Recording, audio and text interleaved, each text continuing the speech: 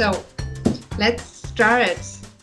Hi, everybody. My name is Catherine Vogel. I coordinate the GIZ Data Lab, and the GIZ Data Lab is the home of the GIZ Data Powered Positive Deviance activities. But this Data Powered Positive Deviance initiative is a lot more than just GIZ. It's a partnership of various partners, and many of them are here today. And you will learn more today about the data-powered positive deviance approach, about the pilots we run, and the handbook we're publishing here today.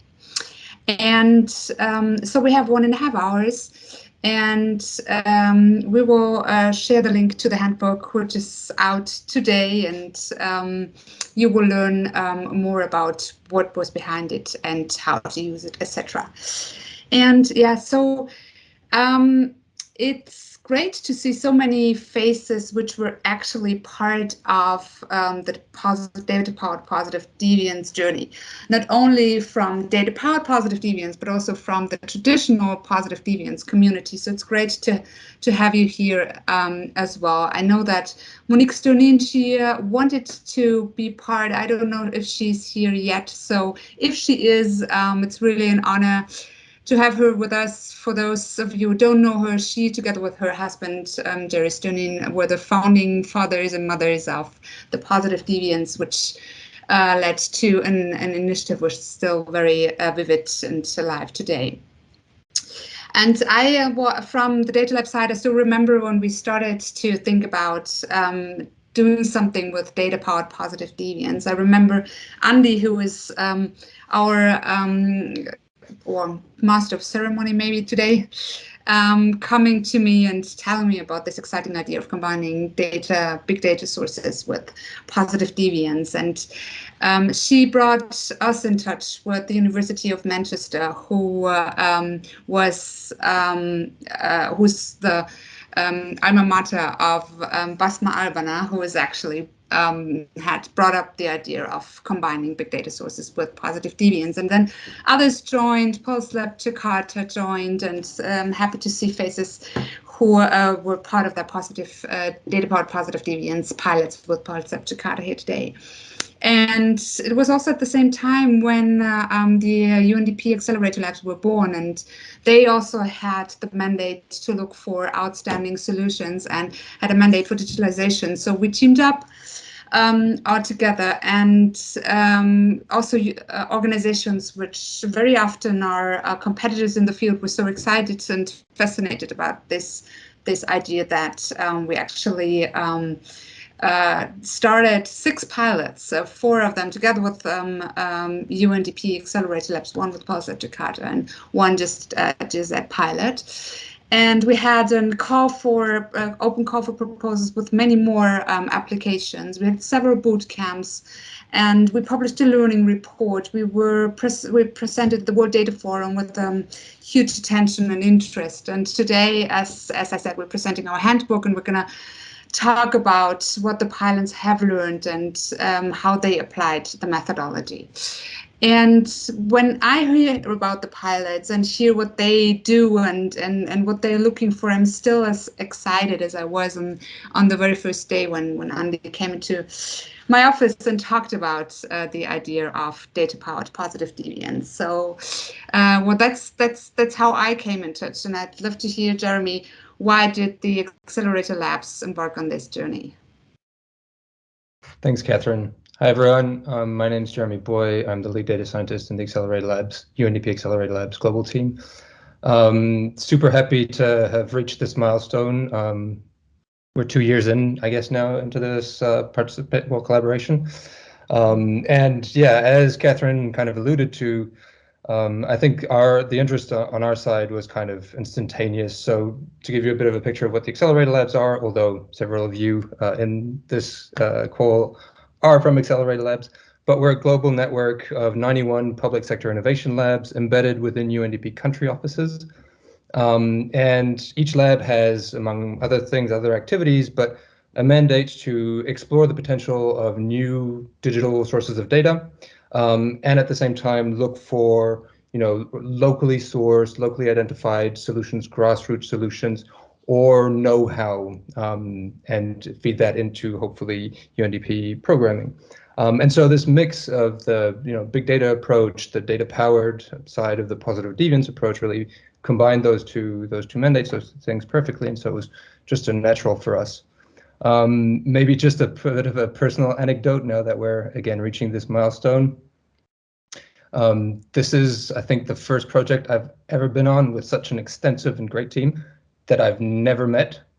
We've done this whole thing, so everything that we put together now has entirely been done on Teams. So congrats to everyone who's been part of the journey. Not easy working entirely on Teams specifically, but it's been great to be a part of this. Maybe now I'll hand it over to Richard for some words from the University of Manchester. That's great. Thanks very much, Jeremy. So I'm Richard Heeks. I'm director of the Centre for Digital Development at the University of Manchester, and I've been involved with the Dppd project for the past 2.5 years, thanks to the fact that Basma, who, as we heard, is the progenitor of the whole thing, decided to come and work with us in Manchester. I wanted to sort of focus really on the handbook, because what I particularly value about it is the way that it can challenge a couple of dominant narratives that we often find in international development. There's a critical narrative around problems and challenges and even failures. There's also a narrative of hype about standardized top-down silver bullets. All we need to do is add this magic ingredient to solve all of your development problems. I think what we tend to hear rather less about is local solutions to development problems. The handbook and its methodology are solely focused on this, and so can help development practitioners hunt for those bottom-up solutions that are often more practical, more acceptable than top-down impositions. In parallel to what's going on in development, in data for development specifically, it's sometimes felt like a hammer looking for nails. Yes, we know it's got tremendous potential, but we often struggle to extract real development value from it. Now, we're not going to claim that the methodology presented in the handbook is itself a silver bullet, but it's an interesting new approach, a new tool for both data for development practitioners and researchers. Maybe we can call it a screwdriver to sit alongside all of those hammers.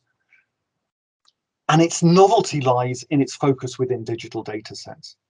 Much of our data for development activity so far has been focused on the aggregate. For example, looking for broad patterns in the collective behavior of humans, be it on social media or when using their phones. Data-powered positive deviance looks not for the aggregate, but for the specific outliers.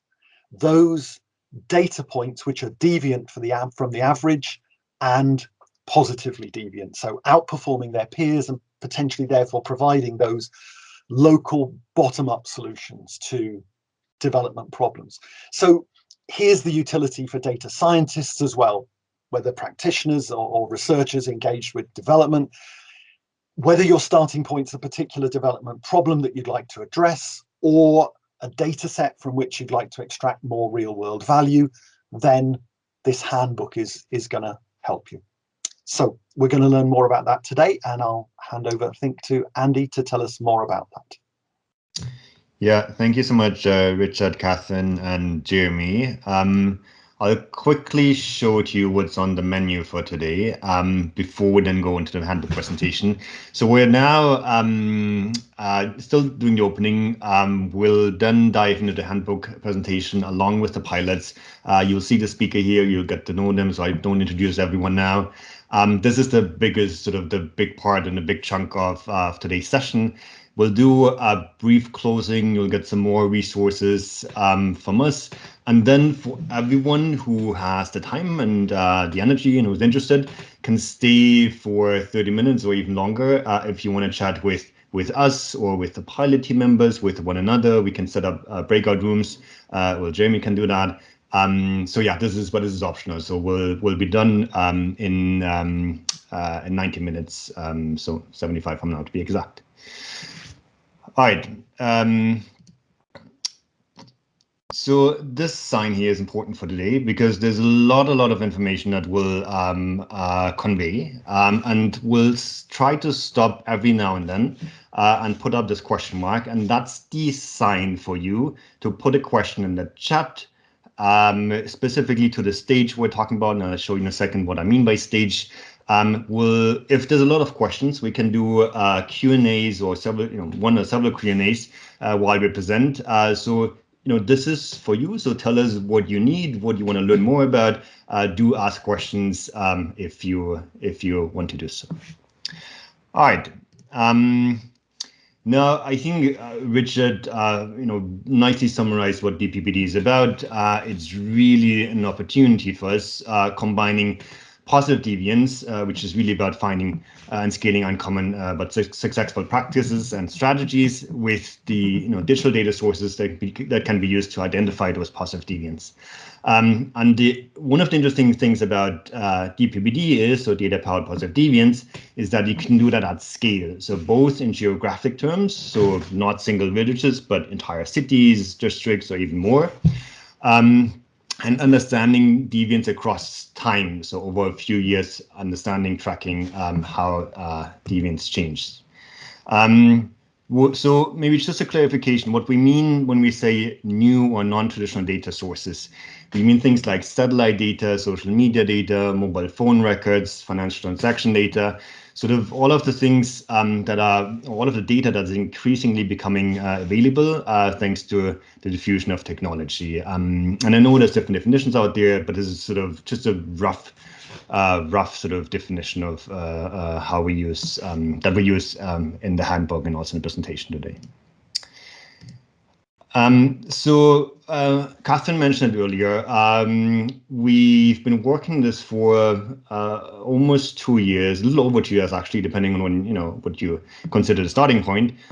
So there's been 7 pilots across 6 different domains, using a range of different data sources, and you'll hear about them in a bit, to identify very different types of positive deviance, going from individuals to communities to even public spaces, which is very interesting.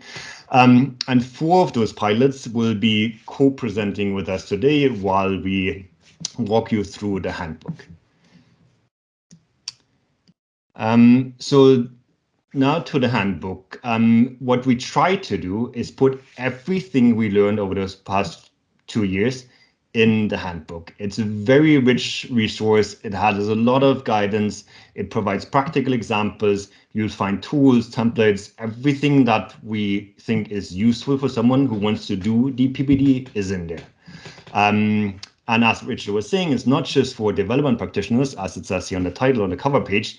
It really is for very different sort of types of professions, so researchers, data scientists, and you'll also hear or read in the handbook that usually what you need is really a team of people with very different skills to make this work.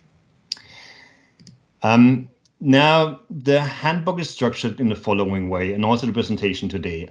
There's 5 stages. So stage 1 is really how to get started with a project, and we'll hear from Hudan, from a team from Somalia, how they did it in their pilot project. The second one is really how to find positive or potential positive deviance in digital data sets, on large data sets, and we'll hear from Gabriela from the Mexico team about that. Then stage 3 is really about field research to validate the positive deviance or the potential positive deviance you found in the data. And we hear from Mustafa with a little bit of help from Jeremy from the team from Niger on crop productivity. And stage 4 is how to use those findings to be able then to design and implement interventions. And here we have Anna and Paulina from the team from Ecuador. And lastly, it's about using some of the same data sources you used earlier in the process to evaluate and monitor any changes and evaluate the interventions. We don't have a pilot here because none of the pilots has reached that stage yet. But again, you'll hear more about this in a while. So that's the handbook structure and also the structure for the presentation today. So we'll start with stage 1, which we refer to as assess, plot, and method fit. And I'll quickly walk through one specific aspect of that stage before I then hand it over to Hodan to tell us more about how they did it. So the stage one really has 4 steps. Each of the steps has different tools, different sub-steps even. So I'm not going to go through all of that. I'll focus on step 3, which is feasibility. And in feasibility, we really look at data and capabilities. And there's probably more factors, but we're focusing on those 2 in the handbook, and I'll focus on data in the presentation today. So there's 3 types or categories of data that we need for data-powered positive deviance to work. There's outcome data, there's behavioral data, and there's contextual data. Now, outcome data is really about capturing the performance and really identifying units that outperform. And by units, I mean individuals, it can be communities, it can be public spaces or places, as you heard earlier. So this is the first step that you should be taking to really understand and see, is there any potential positive deviance in the data that I'm looking into? And just to give you some examples, this can be higher than usual crop yields, it can be crime rates, and can be test scores. So with outcome data, you're trying to find positive deviance in a specific area, geographic, that is. Now, contextual data will help you control for external factors, because outperformance that you found in the using outcome data should be in relation to other factors. It should not be absolute, right? So if there's, you can see examples here. Some of the performance might be explained through rainfall or access to markets or roads or subsidies. So what I'm trying to do is exclude to some extent control for all these variables that have an influence over the performance before we then try to looking at behavioral data that captures behavior and that helps us uncover positively deviant practices. And this can be anything from practices to strategies to attributes. Now, and you'll hear much more about this in stage 2, we're using outcome data, contextual data, which is really the quantitative data phase. Stage 3 is where you go and interview people, you validate, and really go do field work and collect more qualitative data. And with that, I hand it over to Hodan. Okay, thanks, Andy. Hi, everyone. So let me just, okay, so for our pilot, the location was in Somaliland, which is to the north of Somalia. Our period of analysis ranged from 2015 till 2020, which had the drought in the middle in 2016-17. So our unit of analysis was the West Gulas livelihood zone, which is mostly pastoral, where we looked at a 5-kilometer radius around each village in this zone. And for our positive deviance, there were villages who were successfully able to sustain the health of their rangelands. So next slide, please. So our problem, So our problem is actually, we were looking at the devastating effects of the last drought of 2016-17 on pastoral communities. These communities lost their livelihoods in the aftermath. Around 80% of their livestock died. And a lot of, much more effects ensued after that. And then the frequency of these drought actually means there a certain level of adaptation is needed. And here is where the data-powered positive deviance comes in. Initially, we wanted to identify communities that maintain the number of their livestock during, after the droughts. And for this, our approach needed the availability of mobility data. And next slide, please. And in this case, this was the color detailed records. as well as mobile money transactional data. So we would find out the migrational patterns of these communities, as well as the amount of livestock that they had during, and post-drought. However, we had some problems in obtaining this data. It took a lot of time to convince our local telecom company to actually give us access, or even go into a data partnership on this. And as you could see here, the different stages of replies that I got from the telecom company. Initially, yes, no, and then by the time that we had a chance to sit with a decision maker, we were given a definite no. So one of the points that I would give people is to make sure that you have data protection laws, and definitely start with a decision maker when you want to go into this kind of partnership, and design your project, of course, with the data that you actually have. So that you wouldn't waste time. So the next one was we tried to look at satellite imagery as a method, as the basic data where we want to quantify how much livestock there is in our communities of interest.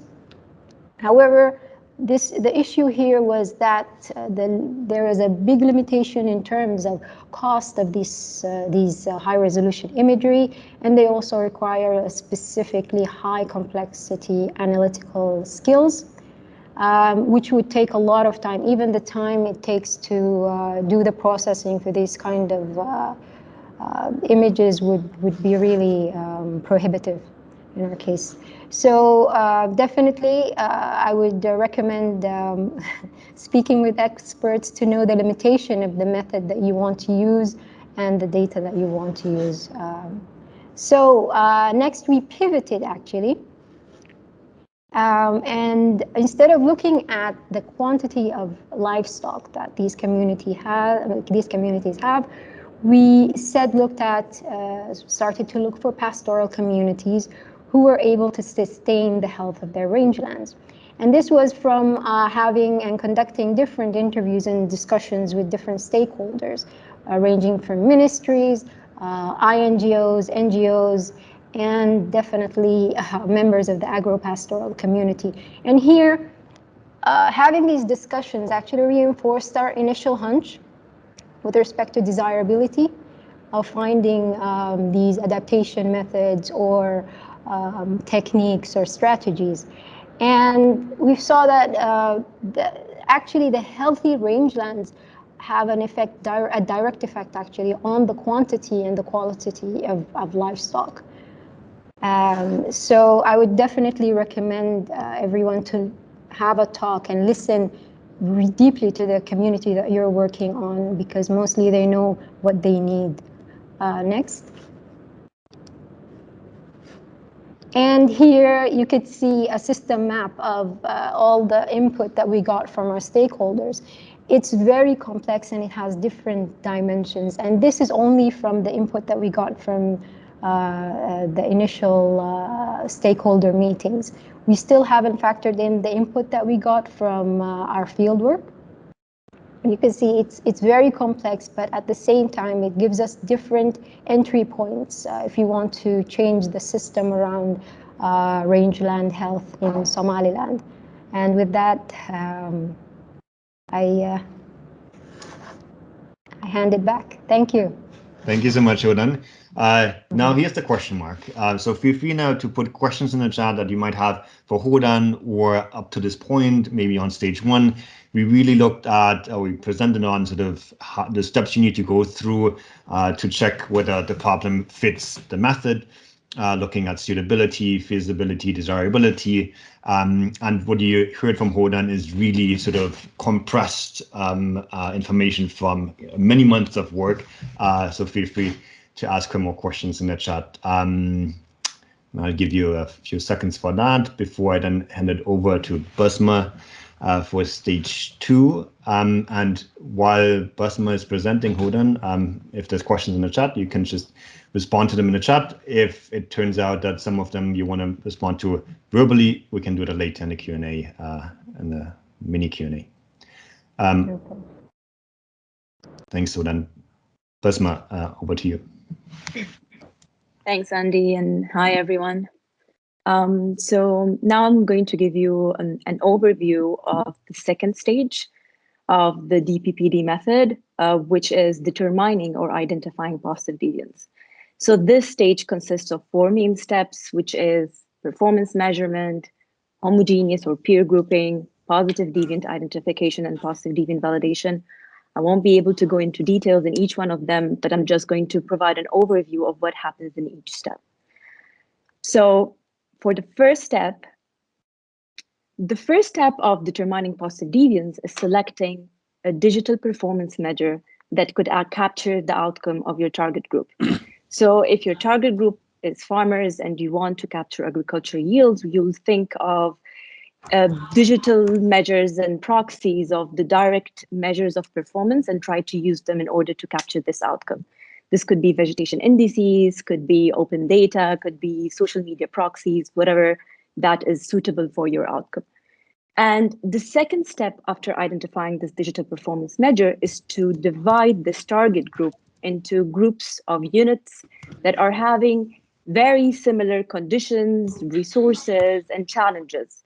And this peer group is very important because in the following step, when you identify those positive deviants, you want to identify them in comparison to their peers and not in absolute sense. You want to make sure that you're comparing apples to apples and not apples to oranges. And when it comes to PD identification, we have used multiple ways of identification, ranging from univariate analysis, where you just identify outliers in the simple sense from one measure, or you predict performance based on a set of contextual variables, as Andy mentioned, and you identify positive deviance based on the difference between what's observed and what is predicted. But let's not go there. Mexico will tell you more about how this is done. And the final step, which is the most important step, is to actually validate the identified positive deviance. So the positive deviance identified in step 3 are potential positive deviants. There will be noise, there will be false positives, and we don't want to waste time and resources going to the field to wrong signs, basically. So what we're trying to do here in the 4th step is to try as much as possible using stakeholder meetings, using high resolution imagery, using analysis techniques to validate and eliminate any of those false positives.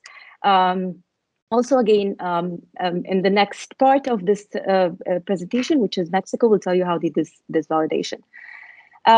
Just one important thing here is that, as you can see, the use of the data at the early stages is mainly non-traditional data. So there is an extensive use of non-traditional data when it comes to capturing the performance of our observed unit.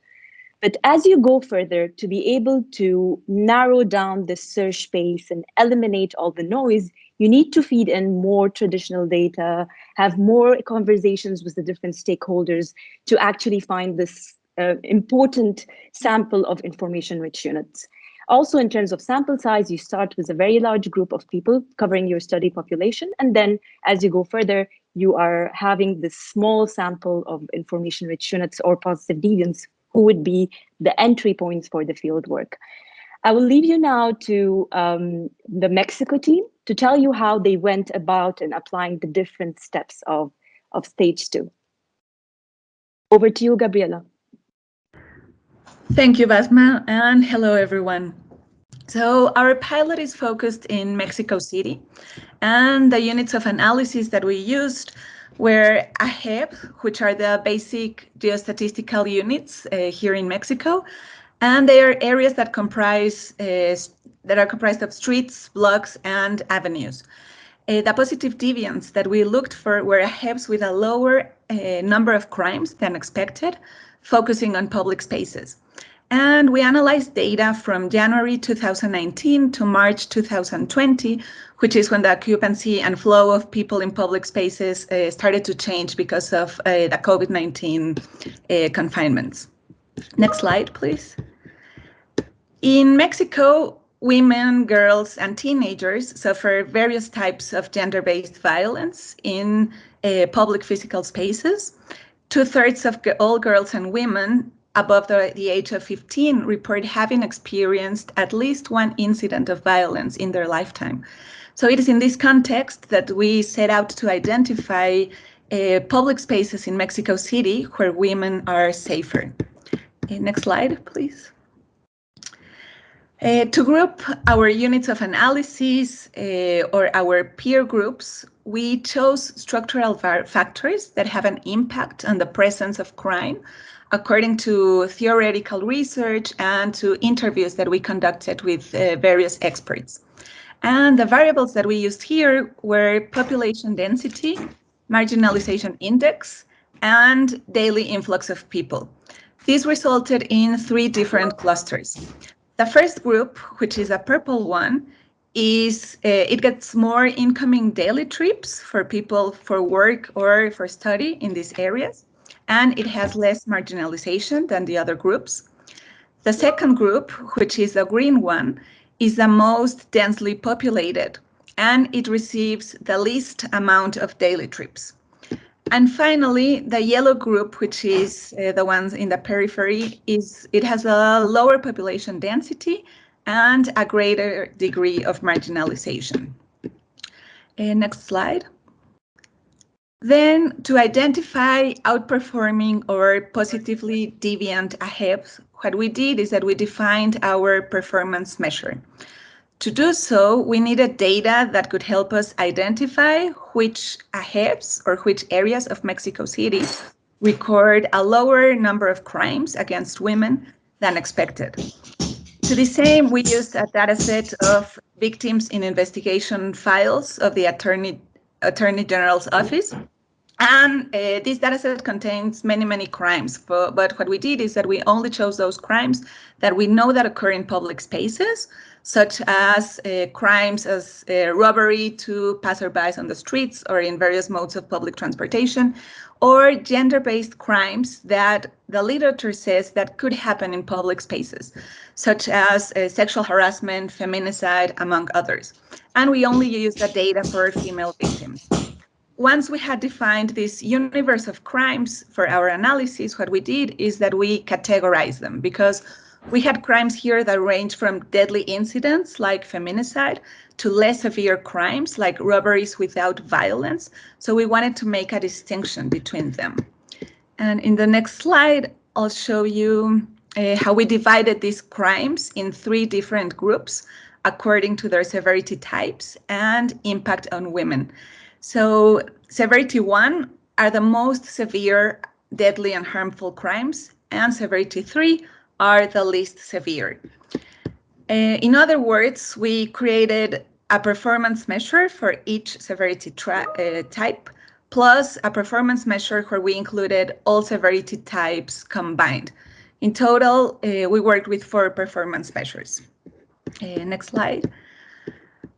Once we had our homogeneous group of AHEBs and our performance measure, we then defined 29 independent variables to help us identify our positive deviance. We defined these variables based on expert interviews that we conducted and also on the theoretical research that we revised and the data that was actually available. Most of our independent variables are characteristics of urban infrastructure and public spaces, and characteristics of the population of the AHEBs. You can see some of those photographs here. We used variables such as green areas, public transportation stops, types of roads, a percentage of economically active people, a percentage of female-headed households, among other variables. And these individual variables are the ones that could help us predict the number of female victims. Next slide. After we did this, we conducted a statistical modeling to identify our positive deviance. And to do so, we used 3 types of regression analysis for each homogeneous group and for each severity type of crimes, plus all the crimes combined. And we can say that there are positive deviants when the number of female victims observed in the AHEB is lower than the number of victims predicted by the model. In total, we identified 32 potential positive deviants, but we selected those that appeared across various models of the ones that we used. And I stress the fact that we say that they are potential outliers because field research is necessary to confirm, to see if they are in fact positive deviant areas. However, before we go into the field, there are very many ways to validate if these are positive deviants.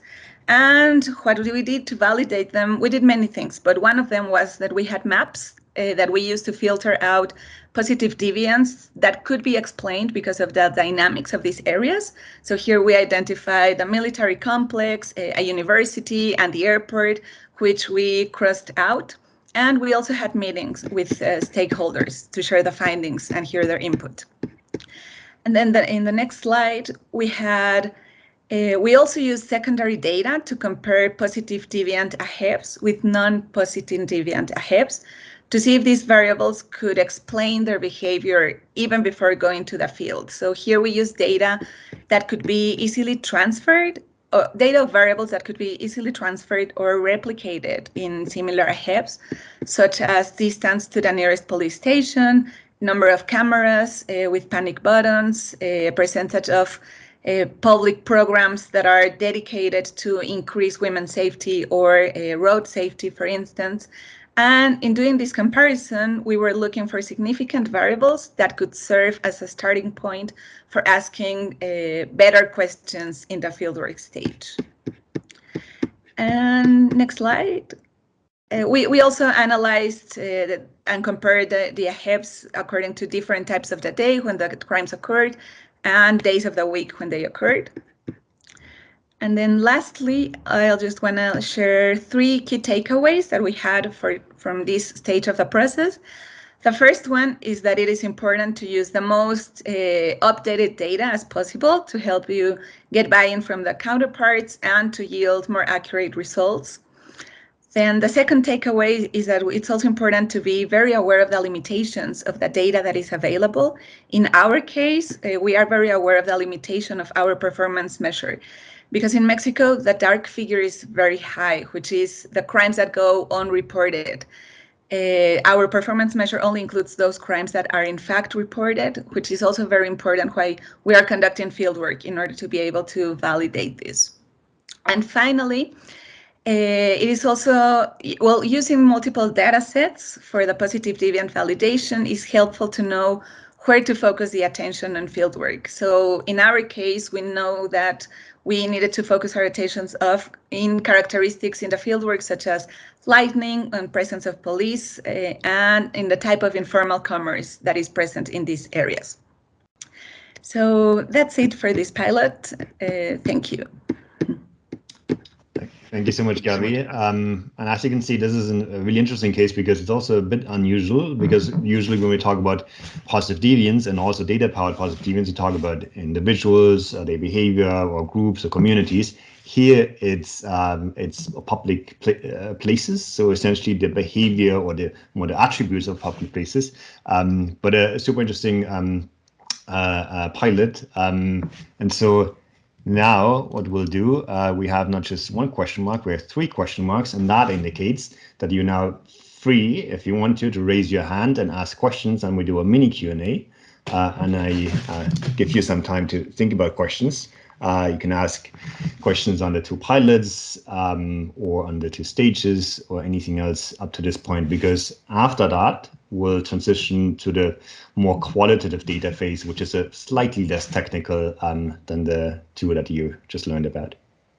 Okay, if that's not the case, feel free to keep putting your questions in the chat, and we'll move to stage 3, which is about discover underlying factors.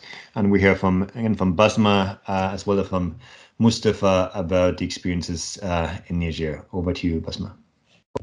Thanks, Andy. Next slide, please.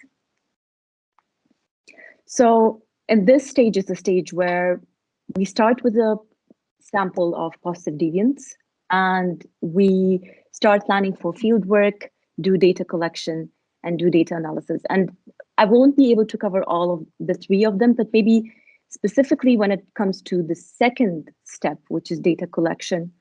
Next slide, please, Annie.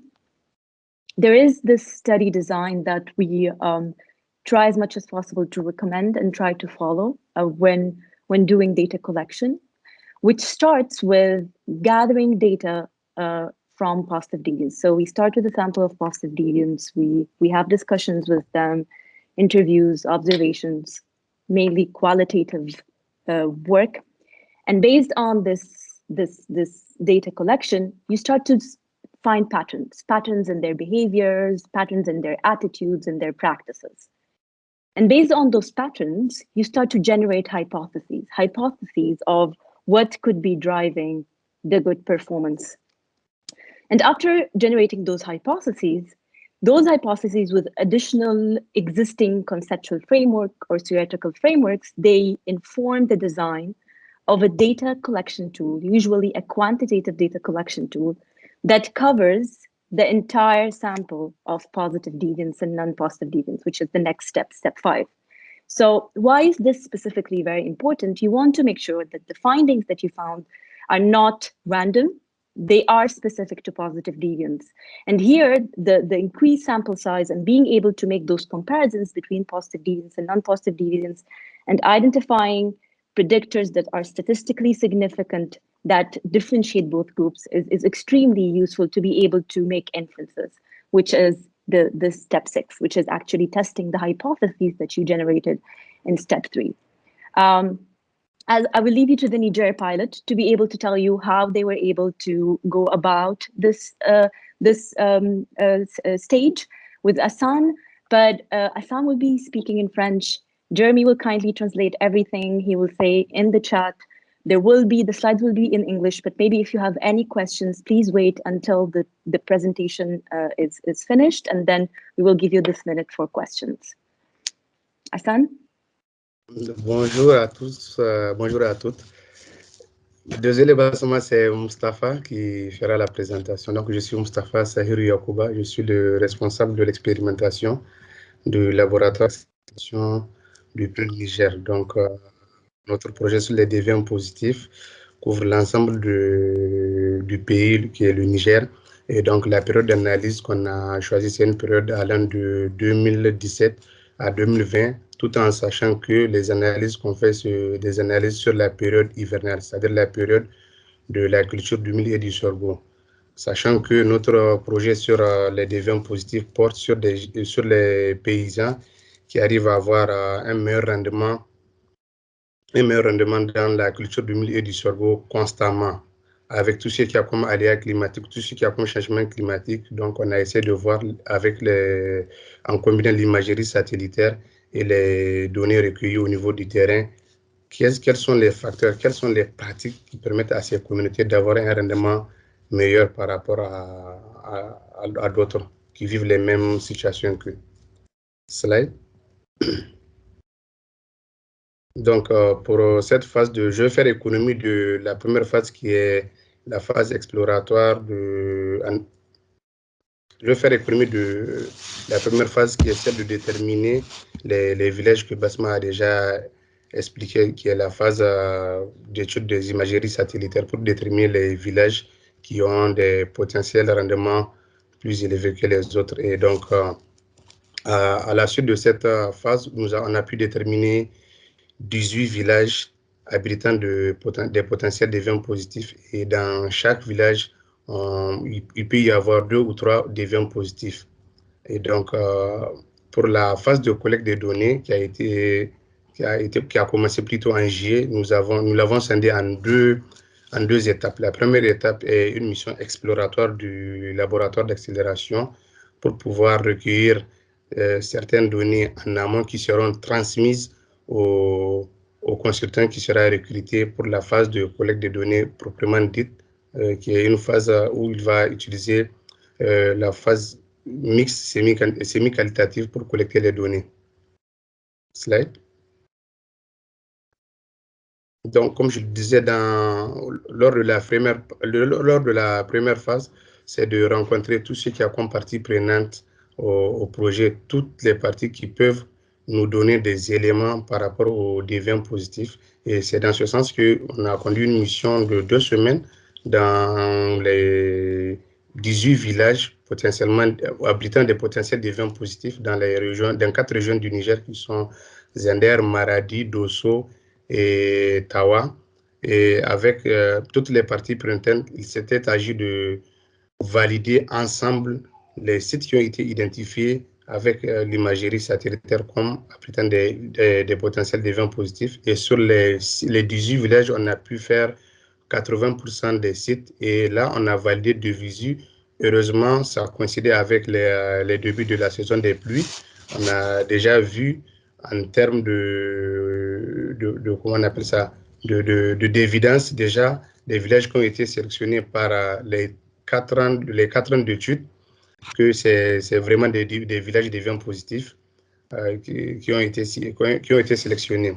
Et donc, sur les 100, je le disais plus tôt, on a pu visiter 80% et valider les 80%, vu que les autres zones, c'est des zones vraiment à risque qui sont à la frontière nigérienne, donc on ne pouvait pas avoir accès.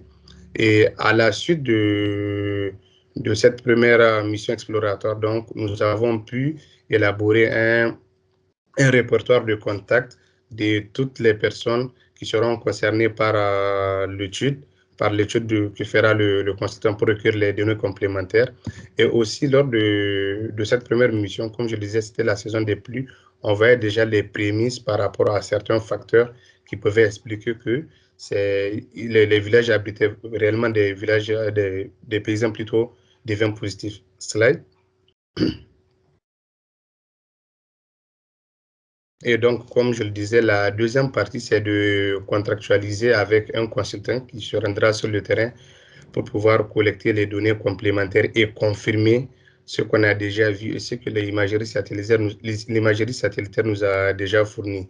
Et donc, en contactant avec le consultant, il a présenté sa note de cadrage qu'on a validée ensemble comme équipe. Et le consultant s'est transporté sur le terrain pour pouvoir collecter des données quantitatives et qualitatives. Et donc, le consultant s'est entretenu avec environ 179 personnes en leur administrant des outils de collecte qualitative et quantitative. Donc, on peut voir qu'au niveau des outils qualitatifs, il a eu à consulter, à s'entretenir avec 81 personnes. Au niveau des outils qualitatifs, il a pu s'entretenir avec 98%, ce qui nous fait un total de 179 personnes consultées lors de cette phase de collecte de données terrain par le consultant. Et parmi ces 179 personnes, on peut dénombrer plutôt 79 qui sont des fermiers. Et parmi ces 79, on a toutes les catégories de fermiers au niveau des villages allant des gros producteurs aux moyens et aux petits producteurs. Et parmi ces 79 producteurs, et 70 producteurs plutôt, d'après les résultats de l'étude, on a 35 qui sont des deviants positifs. Et parmi ces 35-là, les 35 sont répartis plutôt dans les 3 catégories de producteurs qui sont les gros producteurs, les moyens et les petits producteurs. Et donc, on a 13 qui sont des grands producteurs, 19 qui sont là, c'est la grande partie de deviants positifs, c'est au niveau des producteurs moyens, où on a 19 qui sont des deviants positifs et 3 qui sont des petits producteurs identifiés comme deviants positifs. Et l'analyse des résultats, des données qui ont été collectées, nous permet d'avoir certains facteurs qui peuvent expliquer déjà le fait qu'ils aient un rendement constant et supérieur à leur comment on appelle ça, à leurs voisins qui sont du même village. Donc, comme facteur, on peut citer les facteurs biophysiques. Par exemple, on a l'existence d'un arbre indigène qui est appelé le gao, donc Federbia albida, qui, comme le dit comment on appelle ça, les agriculteurs, permet de retenir l'azote et donc de fertiliser plus le sol. Et il a été constaté au niveau de certains gaos, le pourcentage en tout cas par rapport à l'espace du champ, va de 6 à plus de 100% de taux de rendement. Donc, ce qui fait qu'au niveau d'un gao, on peut avoir au-delà de 10 bottes, au-delà de plus de 100 kilos de récolte qui peut être observé au niveau d'un seul gao.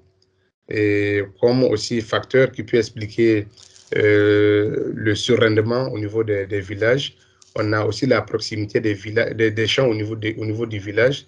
Le fait que les champs soient proches du village permet aussi aux producteurs de pouvoir l'alimenter en fumier provenant des animaux domestiques et autres fertilisants qu'ils peuvent eux-mêmes concevoir au niveau des villages pour pouvoir alimenter leurs champs.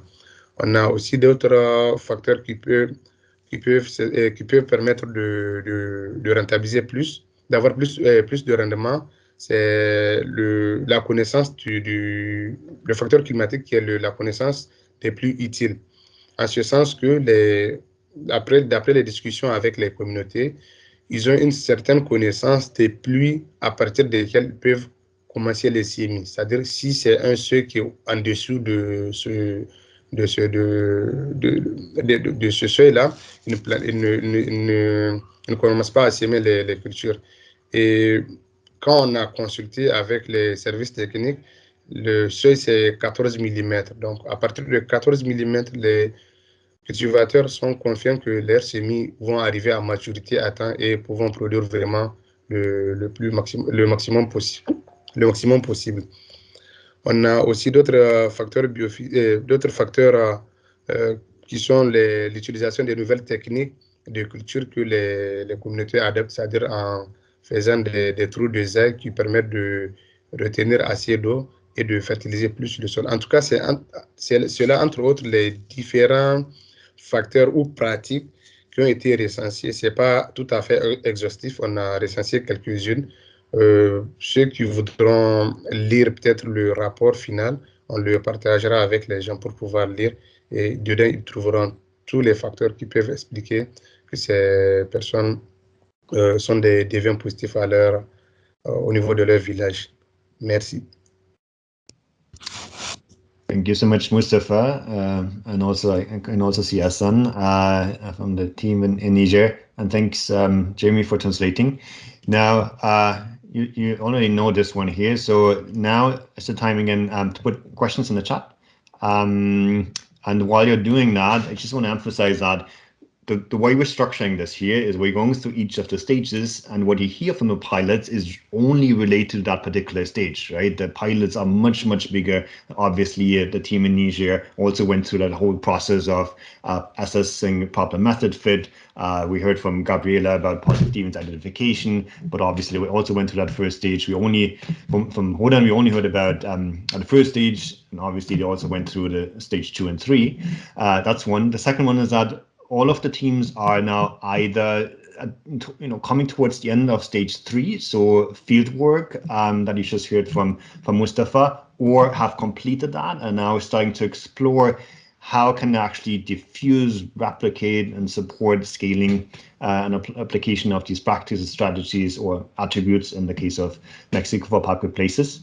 We'll hear in a second from Anna and Paulina from the team in Ecuador on how they think about some of it, but the teams are just starting now to finalize that third stage. But there will be blog posts coming out about the results and the findings from that stage, and how those findings, how those positive deviant practices could then be replicated and scaled and adapted. Okay, we're moving to stage 4. And stage 4 is about designing implement interventions. So now stage 4 is slightly different from the other stages. The pilots haven't gone through that stage yet. So what you see here now, and hear from Basma and also from Paulina and Anna, and what's in the handbook is more, I'd say, ideas, suggestions, some sort of thinking out loud, rather than developing, testing, and everything else we've been doing with stages 1, 2, and 3.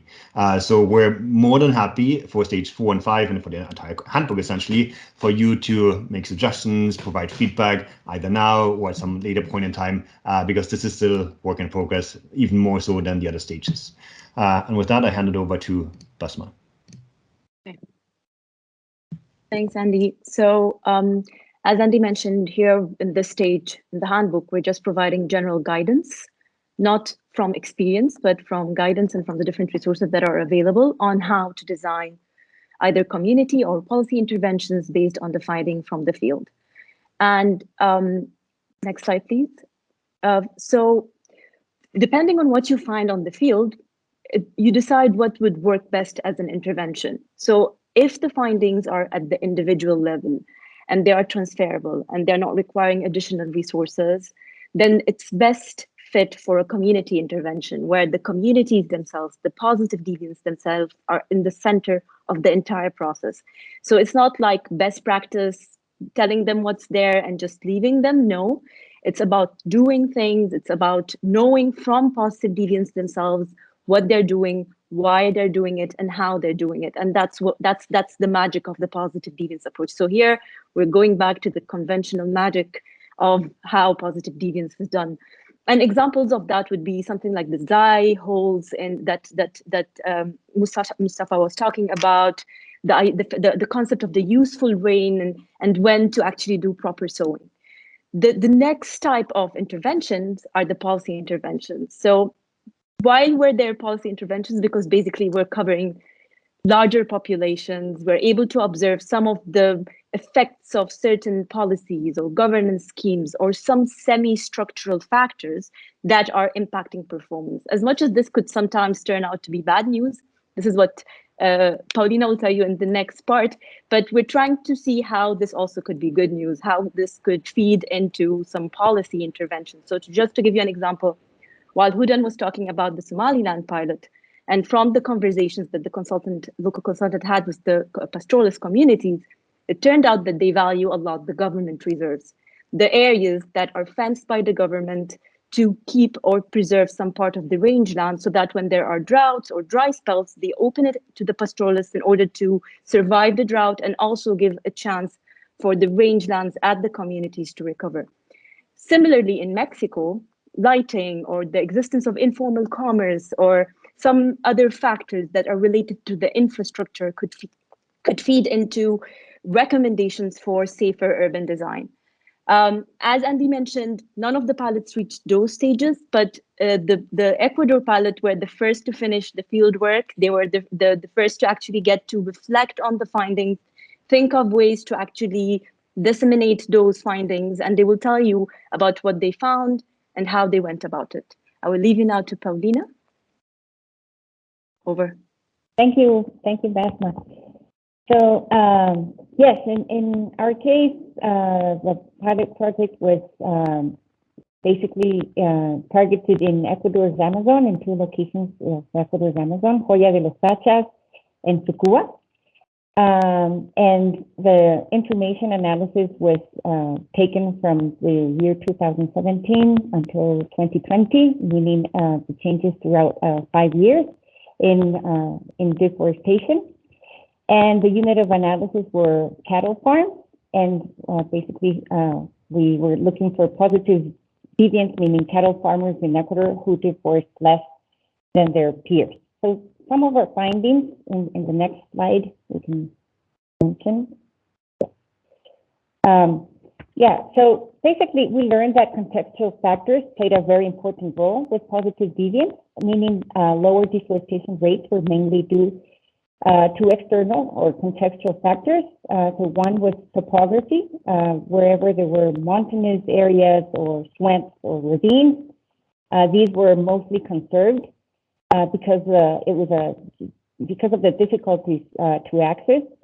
Another factor was economic resources. In deforestation takes human and economic resources. So in some cases, farmers who still had remaining forest and expressed that they hadn't deforested this was one of the reasons. And in a few cases, it was also because the farmers were older and they didn't have children or another generation of people who will continue with the livestock farming activity. So they decided not to expand. So even though the contextual factors played a very important role, we also found that there were some attitudes amongst the livestock farmers that in which they value trees because of their ecological value and also because of productive value. So all of the farmers, the most important aspect was shade. All of the farmers expressed that the shade that trees provide is very important for them because it reduces strain from sun exposure, and it also improves the cattle's health because it prevents dehydration, and it makes field work much easier for them. So, like, if they could point, one of the reasons for tree conservation was because of its shade. Another reason was as a protection for their water sources. It wherever they have streams or some sort of water source and they have trees around that, it protects them and it keeps animals away from there, so it keeps those water streams clean. And then another reason to value trees was because of their timber, that meaning as a long-term investment for future, commercializing with timber. So these were like the main reasons. Obviously, there were other reasons, but these were the ones with most coincidences. And then it was interesting to find some frugal innovations among a few cattle farmers. One of them was this, as you can see in the picture, was this rubber boot on a calf's mouth. And the objective of this solution is to prevent the cattle from feeding from its mother, and it allows the cattle to be free because otherwise, if the cattle, the other technique is usually tying calves, and that produces sometimes injuries because they can break their bones or sometimes even strangling, and they end up losing their calf. So this was a solution which enables the farmer to control the calf feeding, and it enables the calf to be free and not tied. So that was one. And then we had another example, which is stall feeders. And this is an example of very frugal stall feeder that is used with recycled tire. And the objective of this solution is to avoid food and mineral waste when scattered on grass fields. So the minerals or the food is placed directly on the stall feeder, and it is and cattle can feed directly from there. Sometimes, if not, usually what happens is that the minerals and the food is scattered on the grass, and a lot of it is lost, especially when it rains. So these are some of the examples that we saw from positive deviance. But another thing, that we want to reflect about, and that I think it really opens some insights about opportunities for interventions, is the relationship between, positive deviance and their socioeconomic resources. So for one, we saw that those positive deviants who had less deforestation, they usually were involved with other agricultural activities.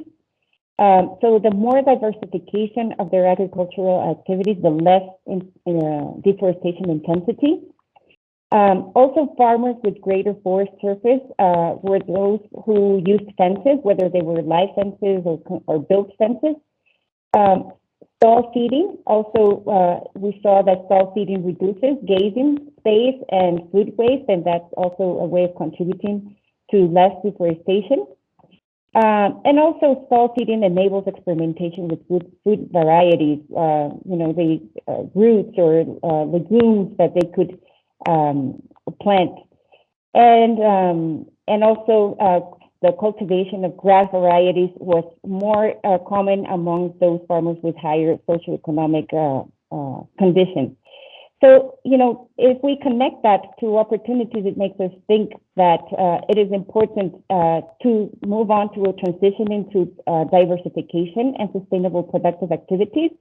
So keeping a way of keeping livestock farmers sustainable is ensuring more diversification, introducing fruit trees as other opportunities for livelihoods, because livelihoods were stated as like the number one priority amongst these farmers.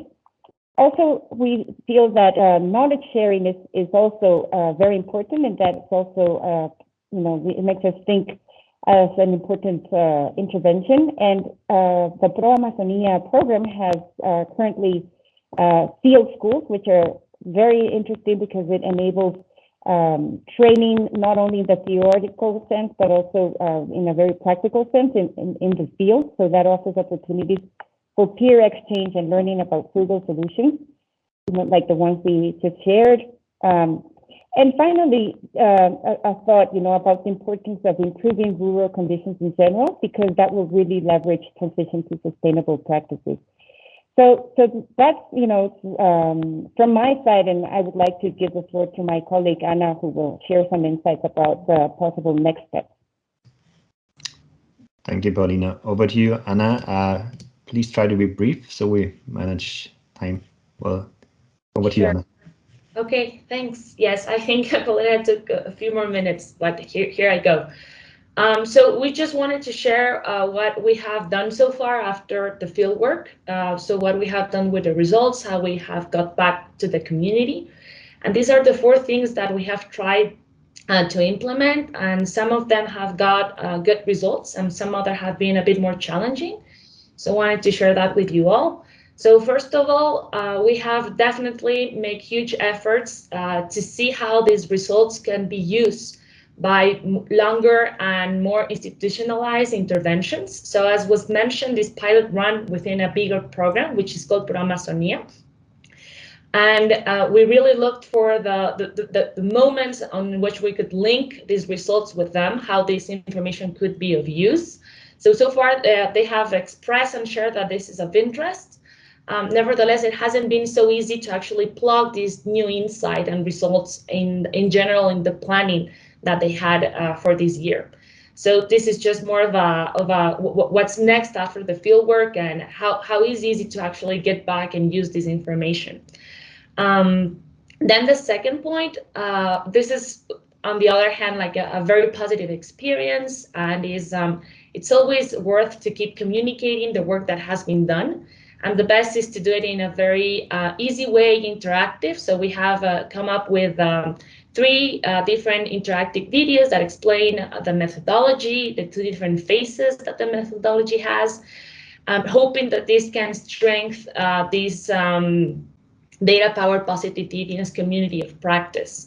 So on the other hand, after the work is done, it still is very relevant to have all of these efforts to keep communicating the work that has been done, such as this webinar, of course. And then as a third point, and this is also something that we tried out and it was a bit challenging, is that we wanted to make the data that we generated in the quantitative phase, we wanted to make it on the open data format.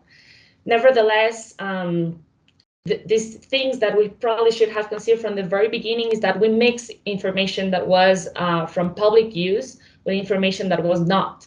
So at the end, all the information that we gather and we combine we didn't own it fully, because not all of it was coming from an open format. And the discussions about whether this information could be then become public when initially it was not, they're not always very easy to have. So here the recommendation as well is to keep pushing, to always think of how this information could be of use, and to really have in mind that should not be only for stakeholders, but also definitely for the community. So in this case, the cattle farmers. And as the last point, also something that we worked on after this is that we realized that during this journey of this pilot, definitely it made a lot of noise that we talked about deforestation at the farm level, because usually at the national level, that is not how it is measured. That is not how you report the deforestation rate. So here it was interesting to see that concepts are definitely good because they guide the conversation. They allow you to monitor the process of deforestation, but at the same time, they have to be flexible and they have to be able to adapt to the reality of what's happening actually in the farms as well. So this is just a very brief summary of what we did after the fieldwork, what we tried to do with the results, how far we could get. And as I mentioned, some of our intentions weren't fully implemented because we run into a lot of different challenges.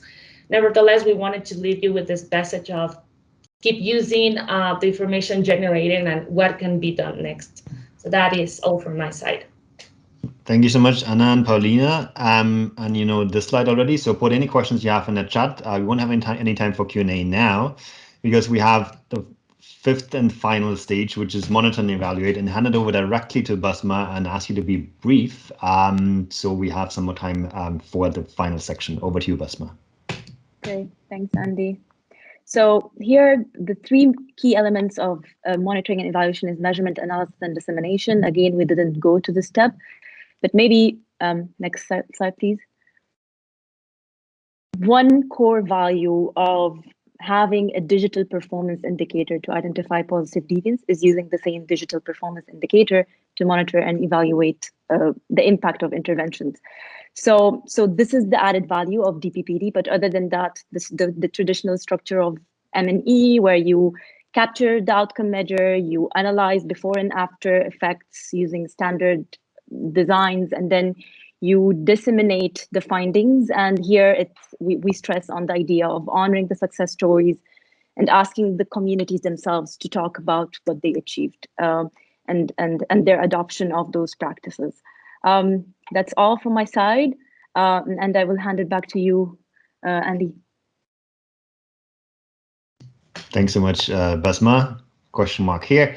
Now, I'll move to, we're coming up to the final part of the session before we actually have this informal networking opportunity for those of you who want to stay.